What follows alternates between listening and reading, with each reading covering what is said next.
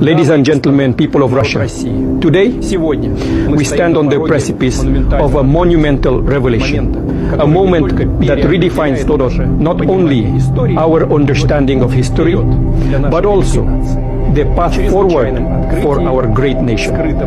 In an extraordinary discovery hidden beneath centuries of lore and legend, we have opened what can only be described as the oldest vault known to mankind. What we found within its ancient confines challenges the very fabric of our beliefs and heralds a new dawn for our country. Within this vault, we discovered figures of biblical proportions, characters that many have read about, debated, and revered. These figures, preserved against the sands of time, reveal a truth that is as profound as it is transformative. They are all black. This revelation, this undeniable truth, stands before us not as a contradiction to our faith, but as a testament to the diversity and unity that faith embodies. As your president, I see this moment not as a challenge to our beliefs, but as an opportunity to embrace a wider, more inclusive understanding of our history and spirituality. Russia, in its rich tapestry of cultures, traditions, and people, is uniquely positioned to lead the world into this new era of understanding and acceptance. From this day forward, let us proclaim our nation under the guidance of Black Jesus, a figure who represents not just the cornerstone of Christian faith, but also a symbol of the universal values of love, compassion, and brotherhood.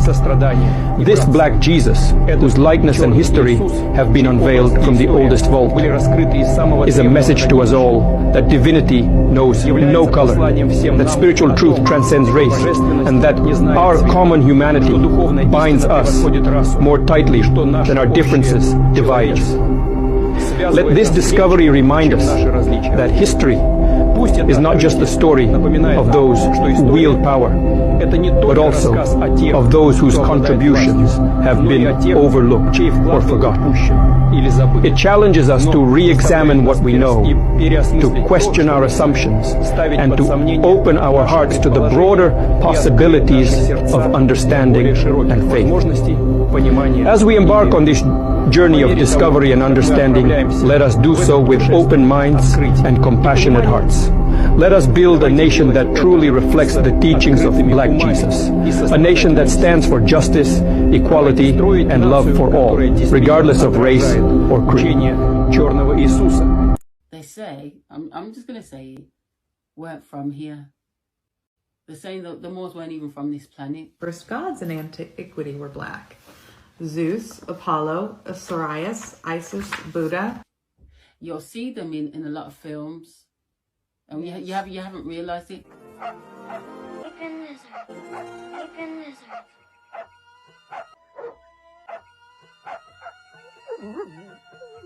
Wow. They were teaching spiritualism. Yeah, and apparently they're quite loved if you want to call them the humans, or if you want to call them the wild one, or the Neanderthal, whatever, civilization. But everything they taught them, they used it against them to conquer all of our people. Let me tell you, the most interesting thing to me is not who the Hebrew Israelites are. It's who is the Caucasian species. I studied the lineage of the Caucasus race more than I study my own people. A lot of these Hebrew Israelites think that Esau is the Caucasian race, but I'm here to tell you that it is not. Esau, the wild man, is an albino black guy with big lips, red hair, and pale skin, not a narrow-nosed, small-lipped, frail hair, blonde, Nordic. These Caucasians, which you are calling Esau, is actually an angelic seed from the fallen angels. The beast of the field mixed with the Zeta Gray DNA to create your hybrid species that was Satan's seed to colonize the whole entire earth of Shem, Ham, and Japhet. Japhet being the Tartarians. We are living in a post-apocalyptic era where we have been colonized by the children of the demonic species, or what you guys in the Bible call demonic races or demonic children. There's no other history that's more interesting to me than the Caucasian species. And I'm not here to shun the clone races. It's very interesting to me how you guys were actually created. It boggles my mind. Interesting as it may be, we have been invaded by an alien species. The Zeta Greys coming to Earth using the beasts of the field to create a hybrid species in their own image to colonize and control the world underneath their order and their one world government. There's a group of fallen angels called the Anunnaki, and these were black angels. They descended to Earth because these are the angels that rebelled against God, some of them, and they were part of ancient Sumerian culture. This is where the fallen angels mated with humans, and it's also depicted and written in ancient Sumerian tablets, and they said that the Anunnaki manipulated human DNA. So this story sounds familiar, doesn't it? And it sounds like what? Whenever the fallen angels mated with human women. But in today's day and age, people look at the Anunnakis as extraterrestrials, and you can even find the History Channel doing videos about the Anunnaki and how they created human beings. They didn't create humans, they created a subdivision of humans. And, you know, these fallen angels take credit for creating humanity in general. They take the role, or they play the role of God. And this is how you know these are. Fast forward to the next vibrational era of Lenglezu. The Moorish Empire ruled for 711 years of dominance. The Moors were looking to replicate New Egypt globally. They started to procreate with the Slavs, which were trafficked women bought by to them as concubines. They ended up having bastard children with them, which was forbidden in the Brotherhood. They believed the purity of the blood could maintain the reincarnation of the ascended masters. As this practice of blood mixing spread all over Europe, many of these barons had fractioned territorial leadership in houses just like Game of Thrones is shown. Many of them didn't bear any sons within their marriage, so they used their bastard sons they had with the Slavs to pass down the leadership. As this practice became more popular, many of these new barons' houses choose their mother's side instead, due to the harsh treatment of the Moors. It was practice such as this that gave birth to Vlad the Impaler, or Vlad Dracula. His goal was to wage war against his Moorish ancestors to be kicked out of Europe. He is once held captive by the Ottoman Empire. This is where he learned the secret about the blood, and after he became free, the Crusades' war had begun, and he joined alliances against the Ottomans.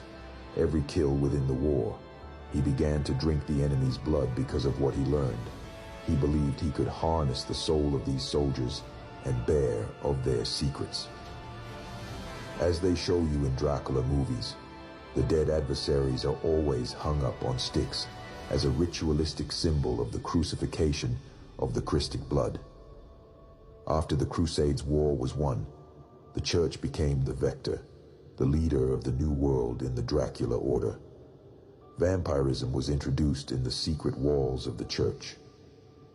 As their new colonial era begins, the descendants of the Moors, consisting mostly of a mulatto class and Caucasians as the ruling class, they wanted to finish the job of their Moorish fathers for global domination to conquer the new world. They ventured out to the Old East, in modern day, the New West. The earliest dictionaries, the Dutch dictionaries and the English dictionaries, those are the two that I'm most familiar with. The term Moor or Morans or Mores is used to refer to what we would say are so-called black people.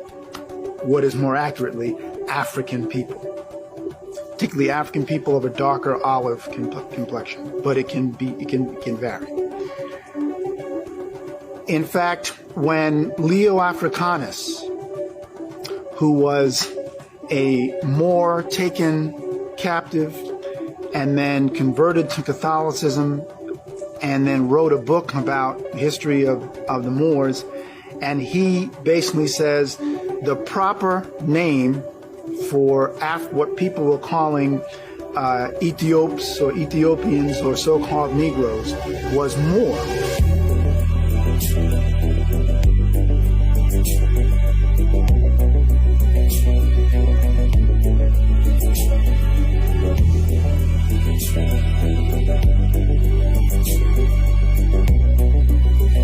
That's why the word Moor is so pervasive in so many languages. French, it's Mur. As I already said, Germanic languages, it's Moor, M-O-H-R. And in part, people say it's because of the association with the Romans, the Latin mores. But then the Greek preceded it, the Mavros, or Moros. But as I said already, its origins are most certainly in Africa, so it was an indigenous term. The reason why the transition occurs is because as the Moors lose power, those European forces that are taking over see the need to start to denigrate, and I use that word intentionally, and devalue the African person, the African woman and man in history, in order to justify the new conditions. The new conditions are now Europe is in ascension. Plus, I dare say it also has to do with what then emerges with something known as the law of nations. Because theories around nationality and what that means and the law of nations and then treaties comes into play. So you have people of European Christian ancestry saying, we have to emphasize now our greatness by devaluing the African. That's a part of it. And not all, but I would venture to say most who are in positions of power start to adopt that view. Then the second thing that they do is they understand that since we're talking about nations and the law, if we recognize you as a nation under the sacred treaties, in fact, Emmerich de Vattel, who was recognized as having talked about the law of nations and the sacredness of treaties, said nations should respect other nations. But if you create a situation where folks are under the law made into non-persons, then what you're doing is creating a condition for their legal oppression. Now, it ain't right. Don't get me wrong. It ain't right. I'm not just because people will try to say, well, but so you're saying the legal. I'm not saying that that doing that is justified because it's still immoral. You're still oppressing and abusing a people. But what I'm explaining is how the law worked within that context. And to some extent, it even worked in African or Asian or Native American communities as well that had a similar attitude. If you're part of our nation, then we recognize the need to protect and defend you because you're part of our nation.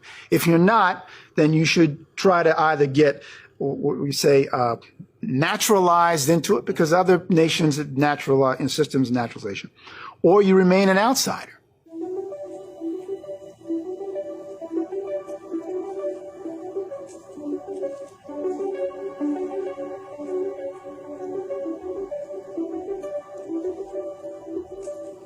So under the law, personhood was expunged to justify the asiento from a group of nations that call themselves Christians and respecters of the law of nations and the sacredness of treaties.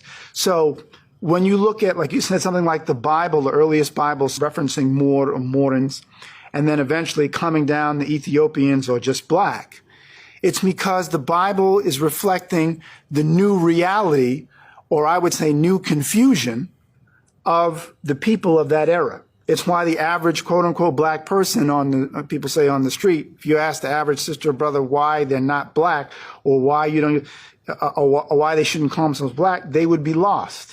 unless they were willing to sit down and listen for a while to the rationale for where this comes from.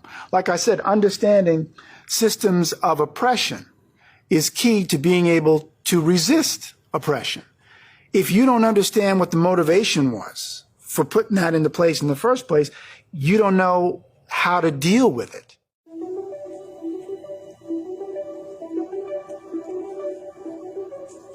Orlando Patterson, who's a sociologist also at Harvard, who talked about slavery and social death. And I met the brother at a conference in Germany, and I had just recently read one of his quotes where he said he actually got to a point where he refused to call quote unquote whites. He was calling them Euro-American. And he was referring to us, if you will, as Afro-American. And I asked him what happened. He said, I tried that for a while. I tried to get people to do it. He said, and man, the pushback was so great. He said, I just gave up. But the reason he did it was because he understood that the terms black and white were basically serving the agenda, if you will, of Eurocentric hegemony or so-called white supremacy. So he was essentially saying, I recognize that was problematic and I tried to get people to stop using the term. I gave up. Right? Because it's reinforced so much that Dr. Akbar also coins a phrase, pathological normalcy, right? And I think that this applies. This pathological normalcy. We see pathological behavior as normal because it's done by the majority. It's normative, so it becomes the standard. But so much of what's needed is a mental paradigm shift so that folks can really understand what's going on. In the book Russian Icons by Father Vladimir Ivanov, recently rediscovered, we find the most interesting collection of Christian icons. It is of high interest for two reasons. Number one, it depicts the various Christian icons as black. And number two, this is not found in Western Europe, but well in Eastern Europe and Russia. This means that black people were venerated as deities from Spain to France, Italy, Germany, and all the way to Russia. In some, all over Europe. There are at least 500 black Madonnas in Europe, not counting the ones hidden in the Vatican, 128 in France alone. And you need to remember that these icons survived multiple waves of iconoclasm. This means that in the past, they would have been ubiquitous throughout Europe, before the great artists like Michelangelo and Leonardo were commissioned to start painting the classic Europeanized face of Jesus that we know today. So then, as always, if we ask the critical questions, if the mainstream historical narrative is true and that black people have never achieved anything of note in history, why then were they depicted and venerated all over Europe? Even more intriguing, what were black people doing in so many depictions, descriptions, sculptures, and plays in Europe at all? For those who have been listening, it is simply because they were present in such numbers, and it yielded such influence that even the planned erasure and systematic destruction of the icon survived from Western Europe to Eastern Europe, from Germany to Italy.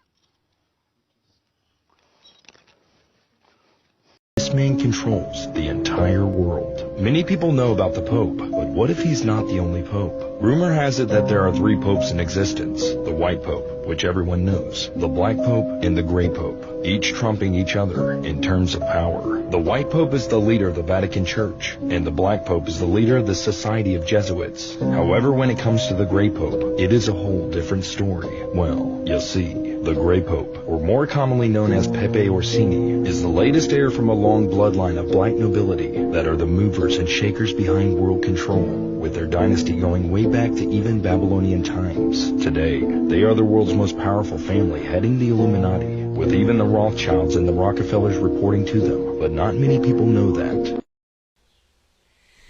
Duality, and the reason there is a gray, white, and black pope.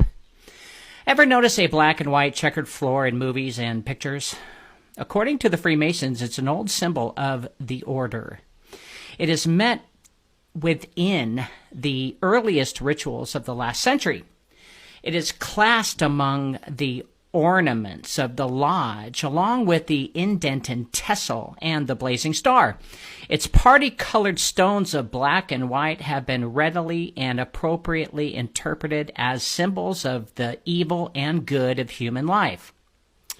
Well, it's really the key of Solomon, which is neither a key nor of Solomon. It is simply a book of medieval magic that utilizes Judeo-Christian themes. This ritual practice casts spells over Christians and summons the supernatural to help the summoners to control people better. The idea is to usurp the Father and his rule and divert worship to the Catholic Church under Satan. King Solomon was given great wisdom from the Lord, but it came with a warning. Do not sleep with other women from other kingdoms. His kingdom was given by God and to be used in his kingdom only. Solomon found a way to bypass God's law with a win-win situation. Hey, he'll marry the daughters of kings and spread peace throughout the lands. Well, this creates extreme wealth and granted peace for many years. However, God's warning fell on deaf ears as Solomon listened to his wives' Baal worship and their spells and learned all of that. And now he had the ability to control both sides. Duality, good and evil. Let me explain. By using angels and demons to do his bidding, he was able to rule the entire world. This is the secret of the Catholic Church and the reason they have a black and white pope. The black pope controls the demons and the white pope controls the angelic. This is all through a book of spells that Solomon wrote and was captured by his enemies. This is where many scratch their head. Well, wait a minute. How could man control angels without the approval of the Father? Well, it's all about the law that was put into place by the Lord when he created the earth. By tricking Adam and Eve into giving up their land and title, any angelic that helped mankind had contracts on the earth to help and guide. Since Satan took the entire estate, he also took the employees. Wow. We don't know how many angels were deceived into working for the devil. However, many scholars believe that Jesus freed them after Jesus paid the atonement and took the keys to death and hell. But it doesn't say he also took the title of earth and its employees. I am under the impression that Satan still holds the title to the earth and both angelic hosts, the good and the bad. Although Satan and his clan lost the ability to murder men because they don't have the keys to death, and freely travel to hell and back because they don't have the keys to hell, they roam the earth via spirit and use man and angelic to still do Satan's will. In order to successfully mind control the masses, Satan needed both sides of duality, the good and the bad. This way, his kingdom is like the Most High, controlling his fallen and some of God's angelic. This explains why no royalty or bloodline ever gets persecuted. They are able to bypass the law and bend it towards their favor. This is also why Jesus has to come back one more time to defeat Satan once and for all, to take the title back and throw the evil ones into the pit for 1,000 years. The reason the Father will release Satan and his horde one last time from the pit is to show mercy and give the devil one last chance to repent. No, he won't go back to heaven, but if he repents, he may stay in chains forever, otherwise to be tossed into the lake of fire, which some scholars believe you are destroyed. I think he'll probably go to the lake of fire. He hates all of us, hates God. This also is an opportunity for the Father to weed through the wheat and the tares again during the 1,000 years, to see if man would do the same things as Satan would do, even when Jesus is sitting on the throne on earth in the New Jerusalem. Well, Satan knows he won't, and his pride will lead to his destruction. And the Bible even says so. But until then, Satan is always rushing to get his new world order in place and building technology with man in order to fight against Jesus in the last great battle. Satan will use the demons and avatars, the fallen ones, and the Lord's own hosts who were stuck here in earth or on earth, forced to do the will of Satan.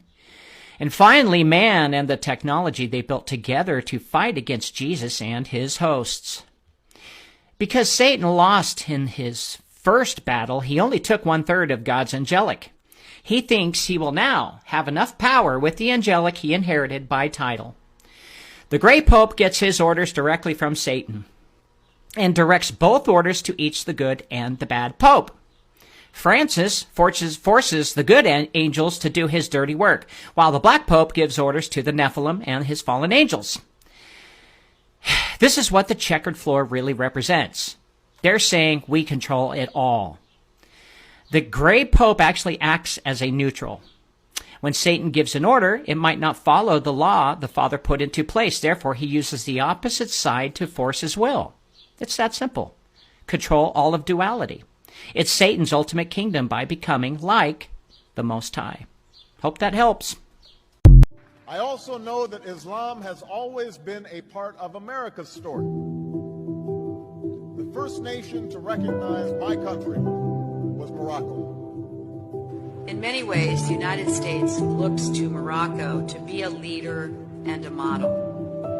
No country has been a friend of the United States longer than Morocco. You were the first nation to recognize us back in 1777. Yes, we have figured it out. With the Asiatics here is that they don't know that they're standing on Africa.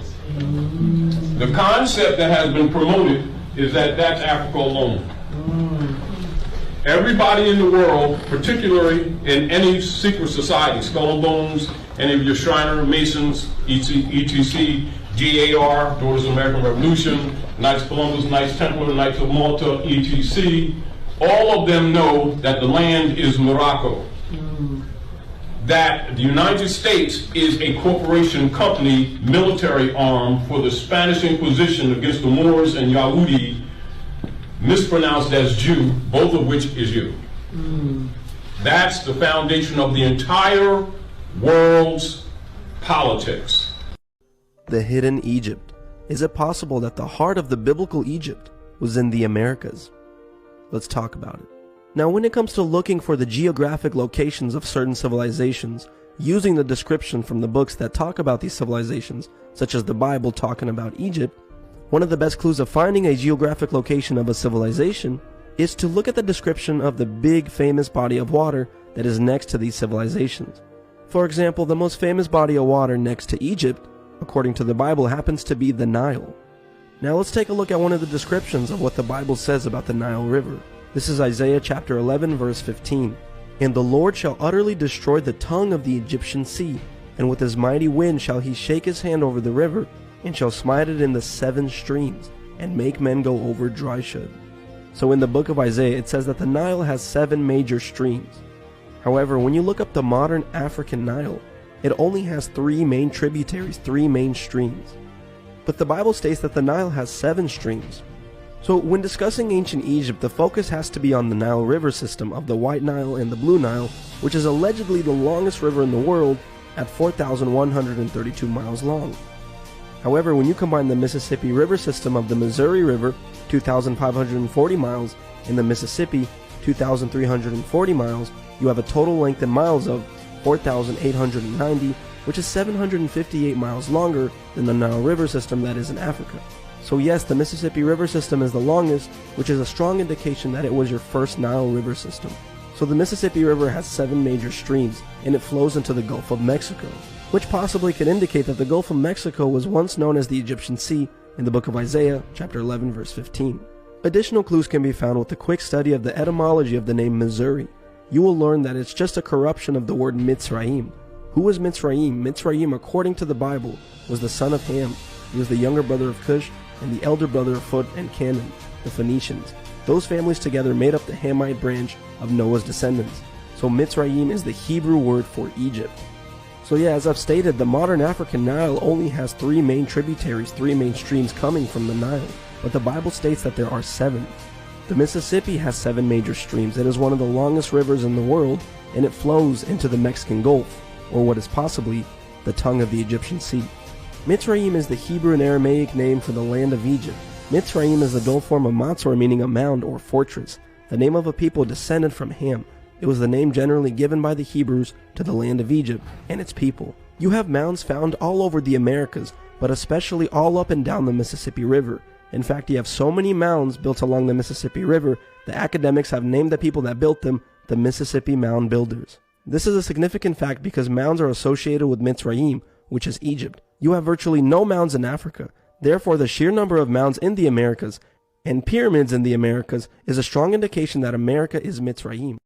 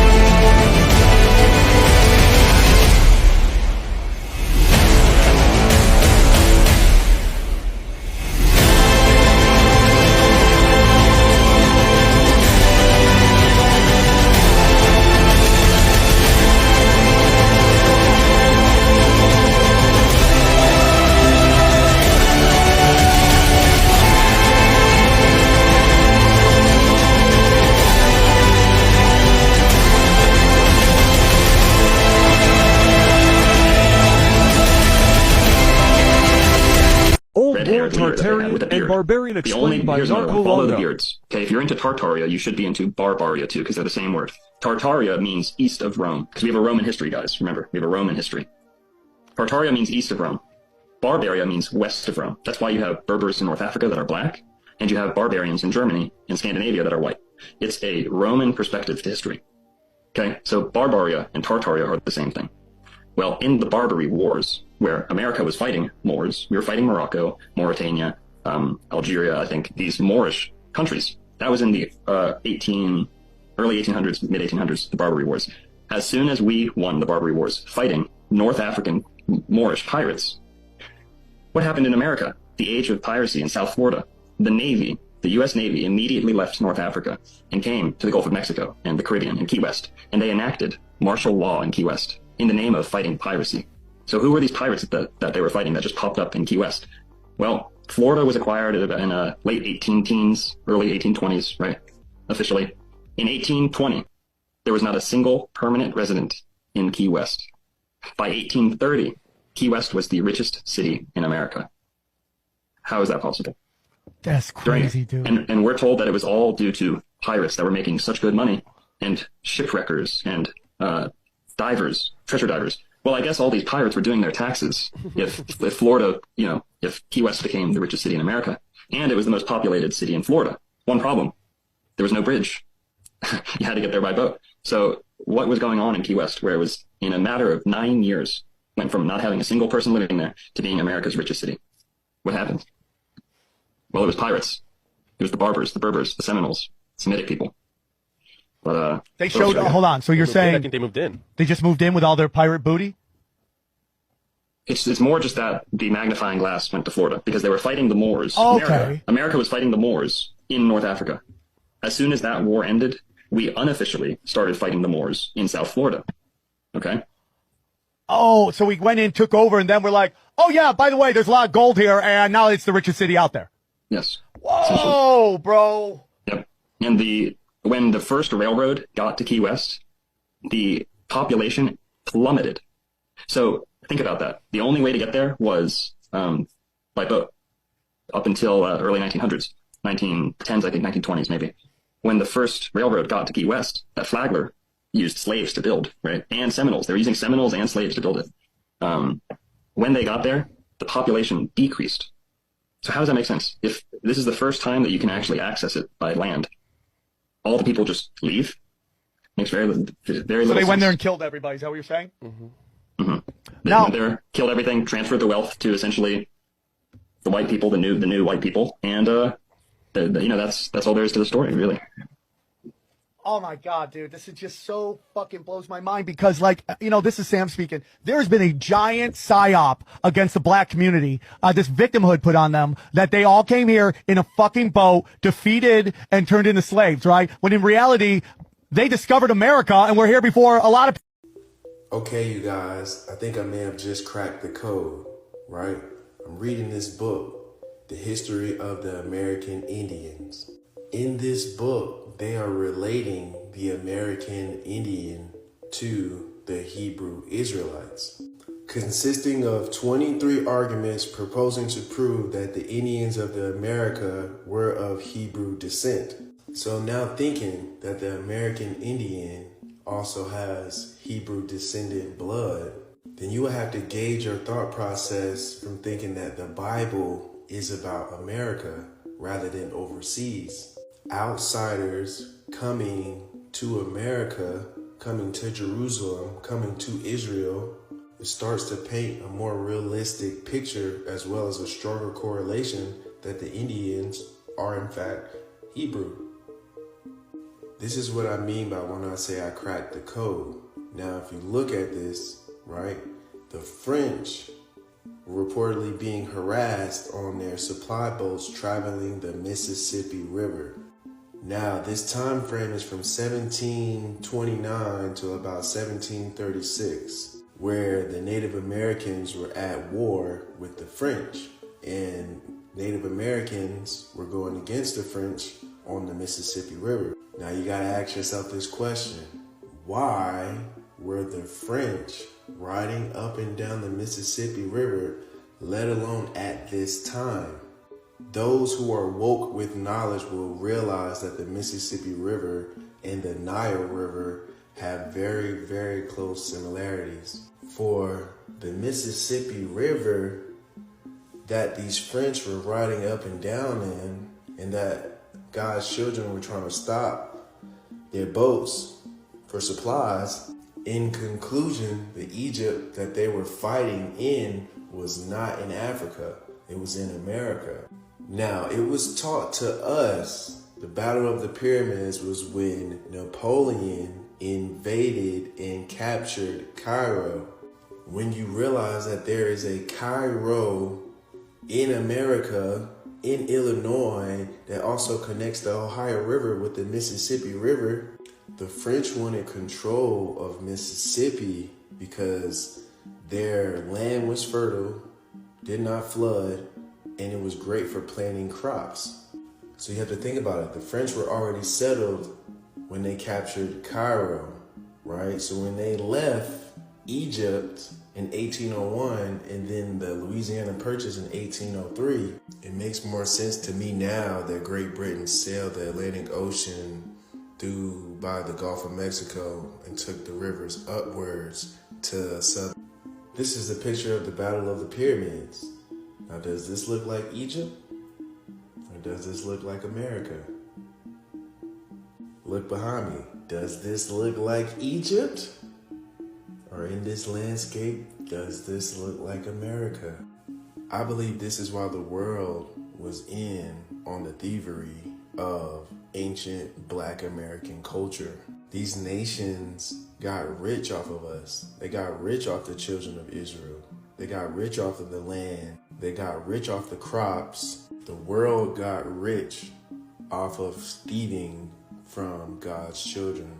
And because they're all were in on it, they covered it up to make you think that Egypt was across the world, while over here, they changed everything, they covered up everything, took your wealth from up under you so that way you don't know who you are, where you are, and how to get back to where you are. If this message was helpful, please like and share this video. By far one of the strangest and saddest cities I've ever visited. This comment by a history blogger encapsulates much of the sentiment around Cairo, Illinois. And while all the talk of its intriguing, abandoned character is warranted, its history is equally fascinating. Nearly every attempt to build a white settlement seemed to fail. Charles Juchereau de Saint-Denis was one of the first to try, as a French official and fur trader, but quickly died in 1703, likely from an epidemic, and with him went the settlement. Then in 1818, John G. Comegys bought the land and tried to develop it, but also died within 2 years. Then in 1837, things actually took off, until 1840, when the firm that bankrolled the Cairo City and Canal Company went bankrupt, and the population went from 1,000 to 113. Finally, the railroad came, and they were able to actually put down some roots. One especially interesting result of the railroad was that Cairo became a major stop on the Underground Railroad. Underneath the railroad was found storage bins and a tunnel used to hide runaway slaves. Then came an event that would change Cairo's history forever: the Civil War. It became an important base for General Grant, and it was so defended the New York Times called it the Gibraltar of the West. More importantly, though, it brought a large number of formerly enslaved people and sent railroad traffic away towards Chicago. It was in the post-war era that Cairo produced its most iconic buildings, like Millionaire Row or the old Customs House. Unfortunately, the forces that would lead to Cairo's demise would soon show. A series of bridges to the south took away business from the local ferry industry, as well as general traffic.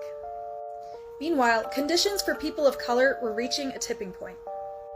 In 1909, a black man named William James was lynched for a grave murder that no physical evidence tied him to, and his body was mutilated. The incident was so infamous that Ida B. Wells, one of the founders of the NAACP, came to report on it. From the 1910s to 1970s, various incidents highlighted that little progress was being made. Cairo had the highest amount of arrests in the state in 1917. In 1937, they had a higher murder rate than Chicago. And they had an estimated 1,000 prostitutes when their population was only around 15,000. In the 1960s, white citizens chose to close private shops, public swimming pools, and Little League baseball teams in order to not share those spaces with blacks. Today, a third of the town lives in poverty.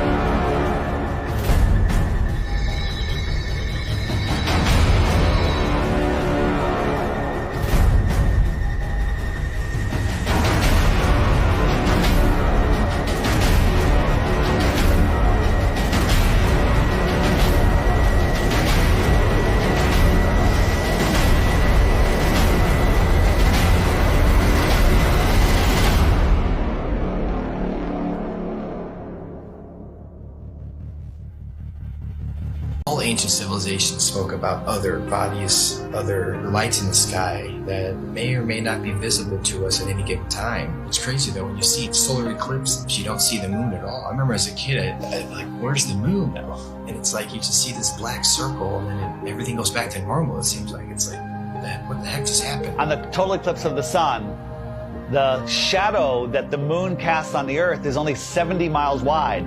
That is impossible. But then they come up with umbra and penumbra, and it's just stuff to confuse your mind. We have an infinitely far sun sending diagonal rays from the side and straight rays from the middle, and where they cross each other. It makes absolutely no sense. I went live a few years ago on YouTube during the 2018 eclipse in the United States. On a live event, and we were all waiting for the moon to actually show up to cause this elliptical, this eclipse, and all we found was no moon showed up.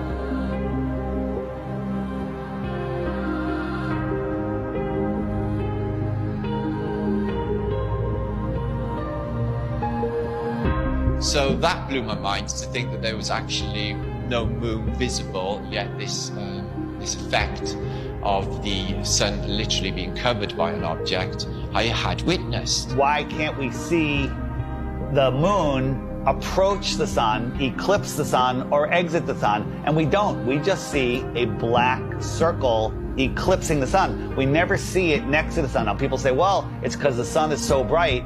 When the moon is totally eclipsing the sun, you should be able to see the features on the moon. You should be able to with a regular camera, with your regular eyes, with an infrared camera, but it has never been seen. There's only been anti-flat earthers that will fake an image and fade it into a picture of the eclipse. There's no video of it. Think about what an amazing video would be if they could film it from the International Space Station or from the moon itself. Never happens because I don't believe the moon that we see is what's eclipsing the sun. There's lots of ancient mythology about other dark bodies. There could be anomalous bodies up there. They're not actually visible to us. A celestial body that we perhaps can't see, because there's on the spectrum of light, we can only see 1% of all the light rays, gamma rays, X-rays. We can't see these certain frequencies and energies and lights. What happens is the sun is eclipsed by the so-called moon, but it's not the moon, it's actually the north node. There's been, times documented in the past where there's, this eclipse, and the moon's supposed to be eclipsing, and there's no moon anywhere in the sky. Nowhere. Anywhere. And that makes absolutely no sense. So there's got to be another celestial body. The oldest ancient symbols, and it's the black sun. A celestial body that we perhaps can't see.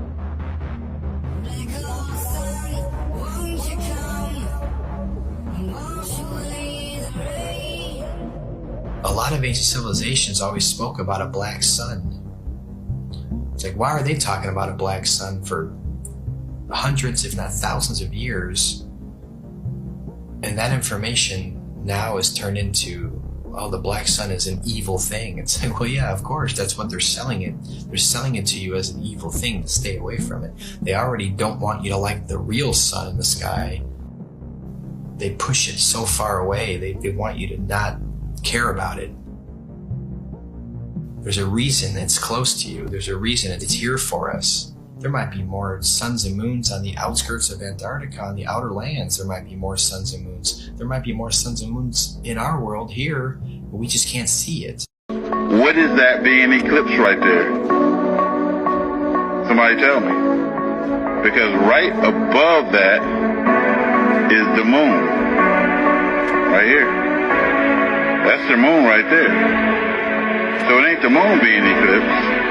There's something out in the sky being eclipsed that is here. Everything is here. Right now. We're looking at the sun again this morning. Today's date is March the 24th, 2024. I captured this on March the 20th at 7 a.m. and the time now is almost 8 o'clock, and we have the sun looking like this again. Again, there's a planet underneath it. We're here in Lower Alabama. Sorry guys, trying to zoom in, and it's still pulsating really strongly like it was the other day. So yeah, I'm trying to zoom in, you guys, to see how it's still pulsating. And it's even pulsating like this even to the naked eye. I'm trying to get it closer. Sorry, you guys. I'm zooming in and zooming out trying to get it. There we go. And my sun... This is the black sun. It's called the black... Now, that particular part there is called the black sun. Right up there you'll see a particular reptilian demon. You see a screw. It represents the Kundalini. That reptilian demon that you see is the Kundalini in you. But you also see a demon called a coronizon. It's the holy demon. Now what is this? You go into your Godhead. The Kundalini is rising you to take you through the gateway, which is the black dot. But you have a lower nature. The lower nature likes it here. It wants to stay around. You understand? And it's going to do everything to keep you from going up. So therefore, it makes everything in your outside world seem impossible, so you'll get off the path. Oh shit, I ain't got no money. Oh this, oh that. You see what I'm saying? Because the Lord nature really wants to get through. Once to see you rise, the Lord nature says, well, hell, I'm going to try to go too. That's your ego. You want to take all the foolishness with you. You understand what I'm saying? All the jealousy, all the envy, all the petty stuff. It sits over the doorway, and it's ready to devour anything that is not pure to get through. So what it does, it kills the lower nature, so only the higher nature rises through the stargate, and you go to your Godhead, and you become God again. You understand where I'm coming from? So on the scene called Lovecraft Country, where Hippolyta actually gains the access to get to the fifth dimension, that's how it is when you go through the Black Sun. In the Black Sun, you can access every single dimension. There was actually one part in Lovecraft Country where she was fighting as an Amazon against people who looked like they were just from the recent wars of the Confederacy, because we thinking that it's a different time frame, but really all that stuff was happening at the same time. Like I was telling y'all, like the fall of Atlantis and the fall of England, Italy, and Scots all happened, the fall of Tartaria, all that stuff happened at the same exact time. And so she was able to gain access to different realms and dimensions because we're all originally from the fifth dimension. The Black Elohim are from the fifth dimension, and you can access all timelines in that realm. And as you can see, electromagnetism is actually our power. That's what activates our dormant DNA. And so that's why she grabbed onto the positive and the negative, and she was able to awaken that DNA that was inside of her so she can travel back and forth through the multiverse dimension. There's a lot of our people, man, at that North Pole that's never left the presence of the Black Sun. This gamma radiation energy that they've been absorbing for generations to generation. Some of our people are so big, 25 feet tall, strong as hell, super saiyans. Can't nothing stop them. This the U.S. is really scared because a lot of us share the same genetics with these beings from the inner earth, the Elohim. And so when that Black Sun rises, it basically just gives back that power that we once used to have. And of course, from there on, millions of Super Saiyans on the surface. Okay, so as you can see in this scene, this is actually showing how black people, the original Elohim, are actually from the fifth and sixth dimension. This is not something that we're becoming. This is something that we already are. So in this scene, it's showing, you know, her returning back to this Black Sun and then becoming this 5D dimensional body, which is actually our original bodies. And mankind is actually looking on, just in awe of this transformation. The energy at the heart of Atlantis is the soul energy and the spirit energy of every creature on the planet. And also, the crystals are also connected to the Black Sun because crystals are condensed light. It's like lightning condensed. And so that's why also the crystals being pulled up, because the crystals come from the fifth dimension as well. And so when we manifest into this dimension, we condensed as well. So our body is condensed into a 3D physical form when we came into this dimension. But when we first came here, that's how we originally looked, like etheric beings. So a lot of these primordial goddesses that are on the planet are going to actually transform back into these etheric type beings and have a choice whether to reign on Earth or to return back to the fifth dimension. In the beginning of Atlantis, this animation is that her mother actually used the energy to put a dome, electromagnetic dome over the Earth, because there was a great war that was happening on the planet during that time.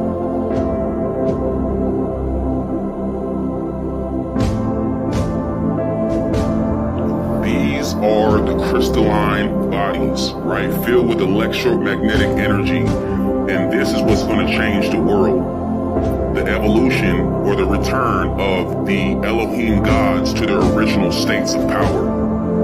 Mankind also has the opportunity to raise their consciousness and evolve into a higher state of being, fifth dimensional being, if they choose their emotions correctly and learn how to harness their chi energy and raise that kundalini up and achieve a Merkaba body, which is this 5D etheric type body.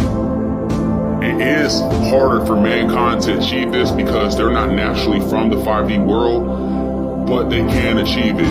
But the Elohim beings, they're already from the 5th dimension. We came to the 3rd dimension. So for us, it's just our DNA just, you know, linking back up to the original source of power, which is the black sun. Okay. Well, this is going to be a strange, esoteric video. But trust me, you're going to want to stick around for this. I've sat on this for 2 years now. I've had this. Look at the date. October 1st, 2021. So let's read a bit, shall we? And we'll discuss it along the way. High degree cabal. Take some insight. Yes. Will be memory hold after 90% of the population of first world countries is juicinated. Maybe around 2023 to 2024. So we know that they're trying to get it as high as possible for some reason by 2025. And you're going to find out why. The main purpose, aside from population drop due to future infertility increase, was to mark certain individuals to block the possibility of obtaining what's to come. This was all calculated by a quantum AI, not shit like Google or any research center is doing now, but far more advanced. This AI is sentient. Just what I've been saying about this AI. And at a level to be able to predict future events at solar system scale. Been saying this too. The AI is picking out people it sees as a future threat. It can see the future. In the near future, humans will evolve. This can be seen as entering the age of Aquarius, or the enlightenment of the human race. This evolution is beyond growing an extra limb or shit like that. What I'm meaning is the literal mutant-like abilities. There will be people able to fly, to create fire, ice, electricity, magnetic fields with super strength, invisible ones, and a large variety of things like this. Only people of blank and blank origin hold this potential.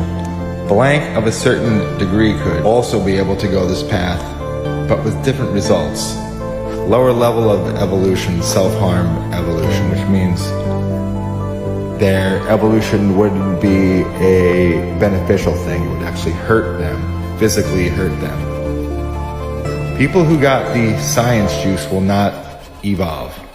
Unjuiced will. We are testing who deserves it. We know the majority of the unjuiced are literal remains of Nazism in all its flavors. But we can't kill you one by one. Instead, we demoralize you as much as we could as a whole, and more pressure will be put on you in the period of 2022 to 2023.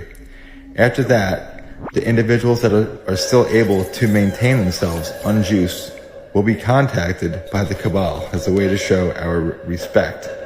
You will be invited to join us. You keep your evolutionary power. You gain elite position and rule the cattle with us. We know there are still individuals that will reject to join. The AI thinks those individuals will form an army and go all in trying to destroy us. A big war will happen, but remember, the Cabal and their high troops are also unjust, so we will obtain the evolution. This was AI's best approach to guarantee a victory in that battle. AI thinks the rebel unjuiced army will be outnumbered enough for us to win easily. This will in part be thanks to the demoralized unjuiced that join the Cabal and help us destroy the rebel part.